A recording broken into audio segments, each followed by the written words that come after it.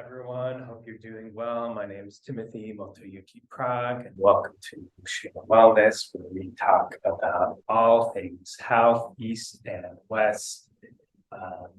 Today, we're going to be talking about GERD, or acid reflux, or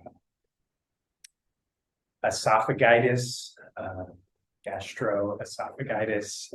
Has many names. We'll take a look little bit at the Western ideas, and then we'll take a bigger picture look from an Eastern perspective. We can talk a little bit about the role of acupressure and diet and treatment. Yeah, we're just going to jump in. The point of this really, this whole channel, apart from relaxing music, is to, because there's so many good videos out there on GERD or health. And so what we're going to be doing here that's unique is we're going to be introducing these ideas from Chinese and even old Western medicine that are a bit more holistic. So let's start. Actually, before I start, I do run a healthcare clinic out here in White Salmon, Washington. And I also do online health coaching, helping clients get well sustainably. If you want to learn more, I put the link in the video description below. So good. Okay. So GERD. There's a lot of things it may be related to. A lot of people are on medications for this. The main symptom is kind of a burning sensation that tends to rise up the esophagus.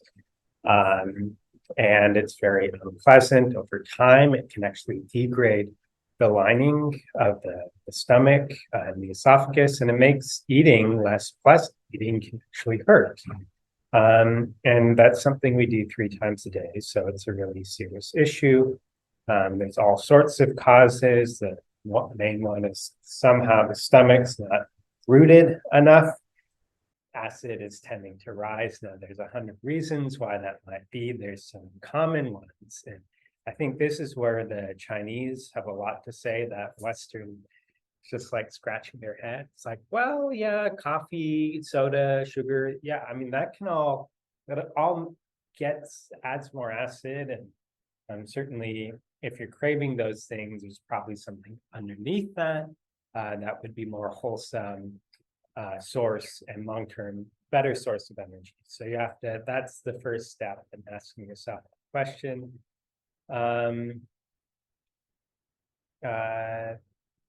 Yeah, hernia, it's when the tissue gets somewhere it shouldn't be. It can be bad and require surgical repair, or it can be somewhat out of place that you can, through different soft tissue manipulations and working with the internal organs, you can gradually get things to shift back into place.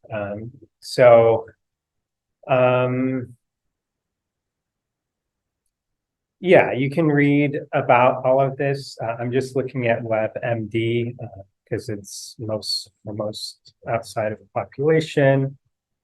We talked about this, coffee, alcohol. All of this makes GERD worse. And you might even get that sour taste in the mouth. And yeah, over time, you get a wearing away. You might live the tooth might break down, all sorts of symptoms of now a weakened immune system and things getting stuck in the throat. Yeah, you can wake up at night, just it hurts. It's very unpleasant. So it's a real issue, right? And Western medicine has all sorts of things to say about it.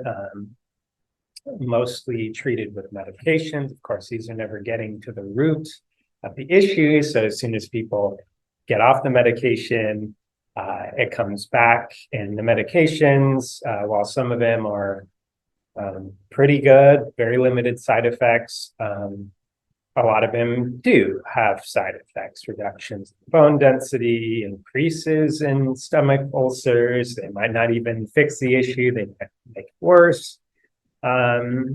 And yeah, uh, yeah, I can see too much minerals may be worsening kidney disease. Um, so yeah, you can read about the side effects elsewhere. The and the Western, they do have good advice. Smoking, certainly think of ingesting something that's drying out the system and adding heat in. I mean, that's obvious, but why are you smoking? Again, it goes back to, well, what are you seeking and what are the more sustainable ways to supplement them? And cool, we've got acupuncture. I was surprised to see this earlier, actually. Um, of course, we need more studies, but acupuncture was better at stopping reflux with longer lasting results than the proton pump inhibitor. So happy to see that. Okay, so let's pull up the 5-element model. Go. Now, as you know, or you probably don't know, my entire clinic is based on this model of the 5 elements, which describes the physiology and anatomy of the organ systems. And Earth is spleen, stomach. That's why you see it there. And yeah, any imbalances between the elements are going to create essentially imbalances. So what is GERD from Chinese medicine? It's too much stomach fire. You've got heat or fire in the stomach qi, or really we could say the nervous system of the stomach when it's properly activated, especially we can think of the parasympathetic nervous system, that ability to receive, which actually links is a part of that nervous system can be activated through this very famous point called stomach 36, just on the outside of the tibia, right where it needs to be. But anyways, yeah, so there's heat and there's reasons why. If the minerals in the system aren't sufficient, again, coffee is one thing that can complete mineral absorption. A lot of medications, alcohol can also take minerals out with it.